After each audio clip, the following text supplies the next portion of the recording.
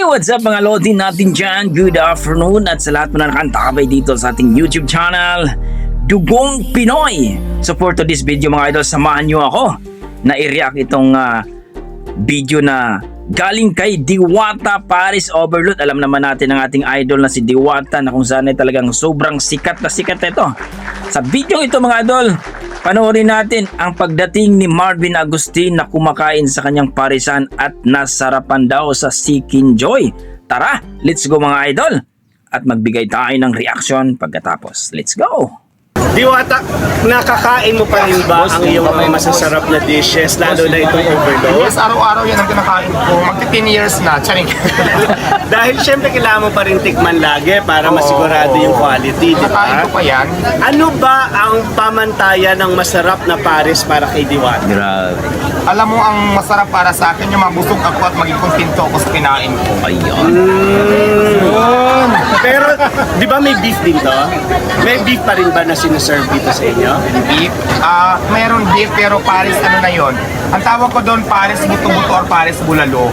So ayan yung beef ko kasi dati yung beef Paris ko, pinalitan ko nitong lechon Paris inandi rice ko kasi walang masyadong bumibili. So dito siya mas marami kaya dati yung beef Paris ko, yung talagang tinda ko at saka yung beef mami. Kaya lang simula nung nagtinda ko ng binago ko yung menu ko, yung Diwata Paris Overload, ginawa kong lechon kawali at saka chicharon bulaklak. Doon siya nag-boom. Boom talaga. Kaya may beef pa rin ako pero ginawa ko naman siya Paris bulalo. Mas maraming laman. Okay, so ganito gagawin ko dito, sasabawan ko to. Normally, binubuhos to dito, di ba? Kahiwalay talaga siya, nakabuhos talaga yan kasi Paris tayo. Tapos lalagyan ko ng garlic. Tapos lalagyan ko Grabe ka Diwata. Bigating artista. Pwede ba kahit gaano karami? Yes, Lagay-lagay? yan sa gusto mo gaano karami yung ilagay mo. So yung customer, lagay lang siya ng lagay lagay lang ng dito. lagay. Ito na, matitikman ko na ang Paris Overload ni Diwata. Ito yung chicharon bulaklak, ano? Boss. Hello, ho? Naiingit na po ba kayo sa akin? Kumain na ho ba kayo?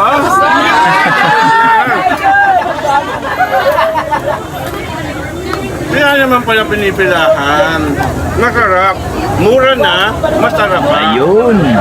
Yung iba kasi ako naman, hindi ko naman sinasabi masarap yung Paris. Kung gusto nilang matry, Masarap, gusto masarap. nilang ma-experience, okay lang. Kasi yung iba, di ba, marami kasi ako nakikita nag-content dito, nakakain, tapos maraming aw-aw sa social media. So, depende naman yan sa inyo. Hindi ko sinasabing masarap, pero gusto yung tikman at kayo na mismo ang mas Ito yung pamantayan ng masarap. Nasasarapan po ba kayo? Ayan, nasasarapan pala eh. Tapos itong Seeking Joy, magkano ulit itong ganito kalaki? Depende sa size. Ngayon kasi malalaki siya. So, under rice yan, 120. May kasamang soft drinks pa rin, may free water. may 120 drinks lang? ako. So, 120 naman yan. Pero pag mas maliit dyan, 100 lang din under rice. Nakita ko nga yung interview mo kasi minsan maliit yung manok na Oo, depende dumadating. kasi So sa nag-change dating. ka na kagad ng Nag-change naman price. tayo ng price. Pero pag malaki talaga, usually kadalasan malaki. So, 120 siya. Ito, Pero hindi na siya 120 to. masama kasi So dito po mga idol, no, medyo mataas-taas po itong video. Puntahan nyo na lang po yung Facebook page or dito sa YouTube channel ni Diwata Paris Overload. Naka-upload po ito. I think nasa mga 60 plus na po ang views nito at talagang medyo mataas pa itong video mga idol.